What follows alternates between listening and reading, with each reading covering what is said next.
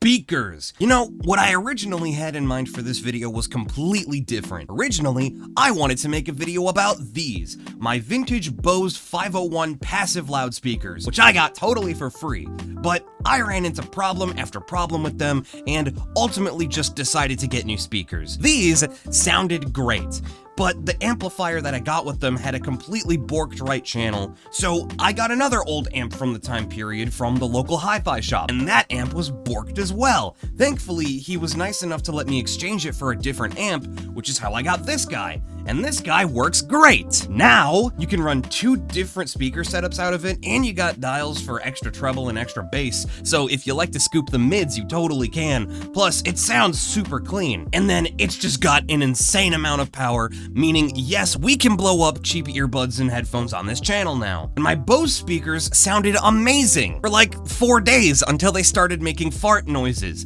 And then I found out why they were making fart noises. The foam surrounds have just completely disintegrated into a fine powder, and the fart noises are a result of the cone hitting the voice coil. And then my Pioneer amp also ended up being borked after a few days of working perfectly fine. It's like one thing after another just ended up going wrong. Luckily, I was able to get my Pioneer amp fixed, and you know, it turns out it just had some blown capacitors that needed to be replaced. And thankfully, it was an easy fix. And now it's boss baby back in business, baby. However, it's safe to say that the beginning of Tenshin's speaker journey didn't go too well. Now, this isn't the end of the world. The voice coils and the cone are still in good shape, they're just a little dirty, and I am planning on replacing the foam on these and restoring them, plus I did manage to get my Pioneer amp fixed. But in the meantime, let's review some cheap speakers that I bought. There's definitely a fair amount of purists in this hobby, and they can be very vocal, and they always tend to be very annoying and, what's the word?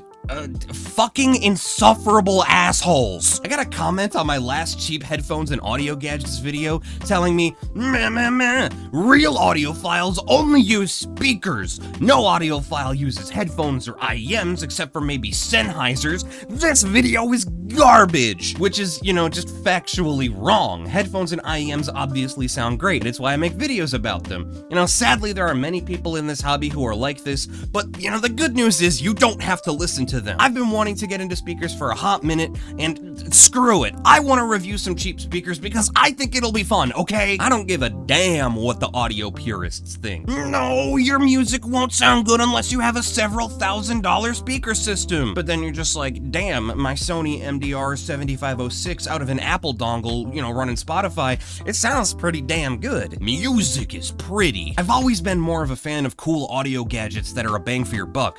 For me, there's an immense amount of satisfaction I get when I find good audio for cheap. So what speakers are we looking at today? We're looking at the Edifier P12s. These were 80 bucks. Which ain't bad for a set of speakers. Plus, when I bought these, I noticed they were one of Amazon's top picks. You know, if you were to search for passive bookshelf speakers cheap, this is what would come up. So there's a good chance that if you clicked on this video, you're probably looking at these too. Now, one thing to keep in mind is that these are passive speakers, so they need a power source like an amplifier or a receiver to get any kind of sound out of them, which is different from powered speakers, which have a power source built in, which is why today we'll also be looking at the Fosi Audio MC101, which is the amplifier I paired these up with. I got it while my Pioneer amp was in repair because I just couldn't be bothered to wait any longer. Okay, let's dive in. Build quality. These are like 5 pounds a piece. Like, they feel satisfyingly heavy. This is a proper blunt instrument. Like, you could knock somebody out with this bad boy. 4-inch paper cone subwoofers with 19mm silk tweeters. These speakers are 6 ohms, so most amplifiers should be able to drive these no problem. Built-in wall mounting bracket for those people who want to hang these up on a wall or something. Overall, not really any other features. They're just simple passive speakers that feel well made. I really like the wood side panels on these a lot. They look really nice. I think if you're looking for a set of small footprint bookshelf speakers for a turntable or something similar, and you don't have a lot of room, I'm sure you'll be perfectly happy with the form factor of these. I also don't have a super huge desk, and these fit with my setup perfectly. Comfort. So these are really just kidding. These are speakers, not headphones. You can't wear them, you goddamn idiot. You absolute buffoon. You complete novice. You stupid fucking piece of shit. Sound quality. Sound-wise, these ain't bad. Ain't bad at all. Dare I say, they sound pretty stinking good. Yeah, more expensive speakers are probably gonna sound a lot better, but the sound coming out of these, for 80 bucks, I can't really complain. As for their frequency response, they're quite balanced with a slightly bright tilt, so you have a little bit of extra treble, but you're not really gonna be missing any of the music with these. Although, if you're a bass head, you probably aren't gonna like them. When it comes to speakers, the bigger the subwoofer, the more bass you're gonna get generally, and there's only so much bass you're gonna get out of a 4-inch subwoofer. That's not to say they're completely devoid of bass. The bass is there, but there's not a whole lot of super low sub bass. In fact, the roll-off in the bass starts fairly early. It's like, you can hear the bass, but if you're looking for that huge fuck-off level of bass that you can feel in your chest, well, definitely don't get these. In fact, you might want to stay clear of small bookshelf speakers in general. So they aren't super bassy, but what bass is there does sound good. Like, the bass that's there is quality. And, I'd rather have a balanced sound signature with a quality sounding bass over a gigantic amount of low quality bass anyway. These sound good no matter what genre of music you choose, but that slightly bright tilted sound signature is going to be especially good for things like classical music, jazz, and vocal heavy tracks. Also, another thing to note about speakers in general, their sound signature can change depending on the room they're placed in and their placement within the room.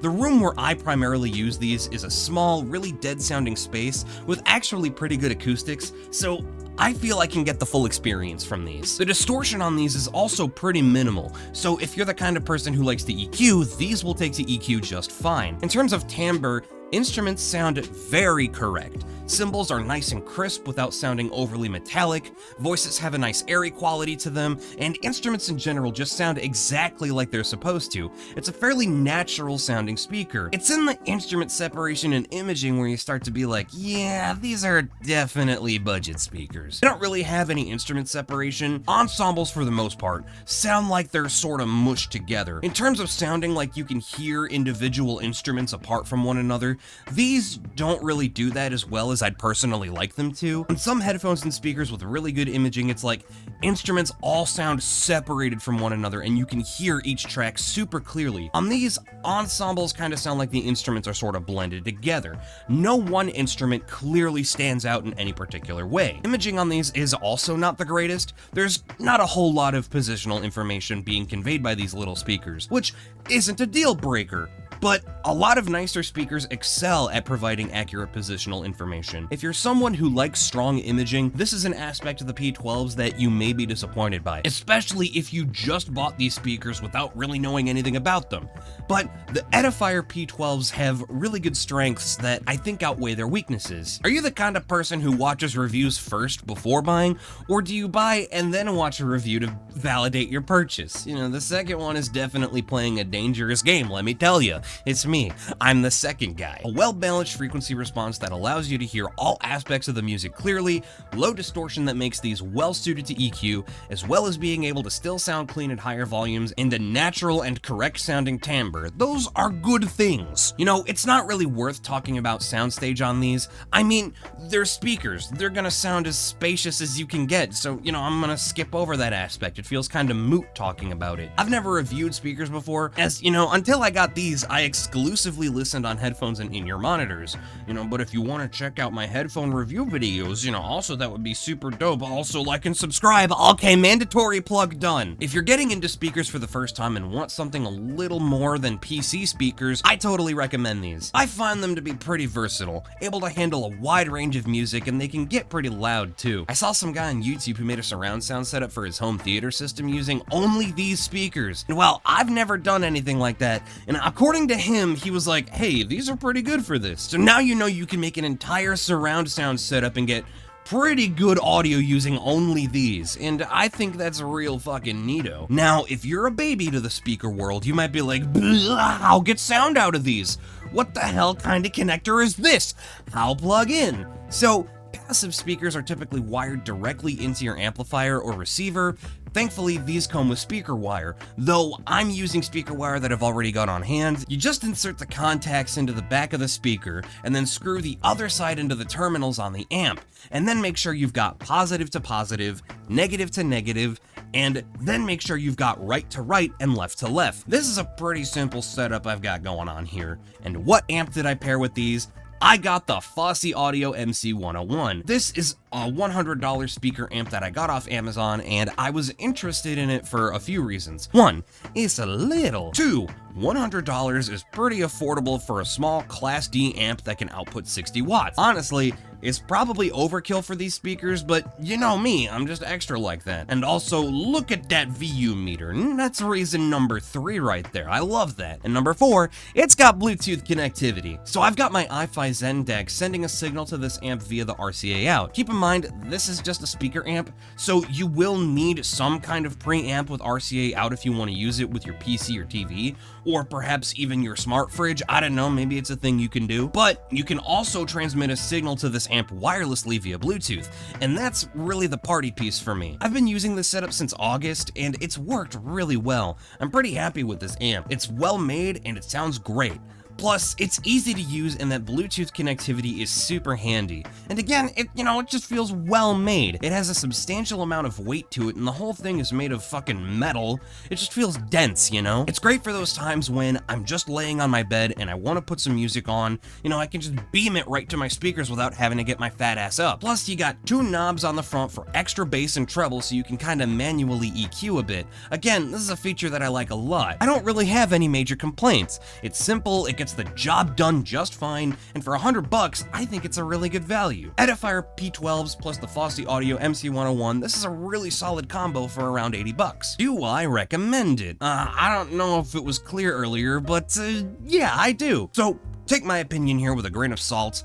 I don't have much experience with speakers, so my point of reference in terms of what is and isn't good for speakers is gonna differ vastly from someone whose whole thing is speakers. You got the headphones and IEM people, and you got the speaker people. But I've been really happy with these. I don't always buy things with the intention of making a video on them. Sometimes I just want to have stuff for me, and I just want to enjoy it without the pressure of feeling like I need to make a proper review for you guys. But, I've been having so much fun with these little speakers that I felt like I just had to talk about them. Speakers are fun. When I was first getting into speakers, I was researching and it seemed like all the speakers on the market that audiophiles seemed to like were expensive. But I was like, surely there has to be some good speakers that don't cost an arm and a leg. My Bose speakers were borked and I was super bummed out about it, but damn it, I wanted some speakers. After doing just some random clicking around online, I found these and I bought them without doing a lick of research on them. I got them because they were a price that I like and I thought they looked cool, which isn't a great idea because, there was a very real possibility that I would hate how they sound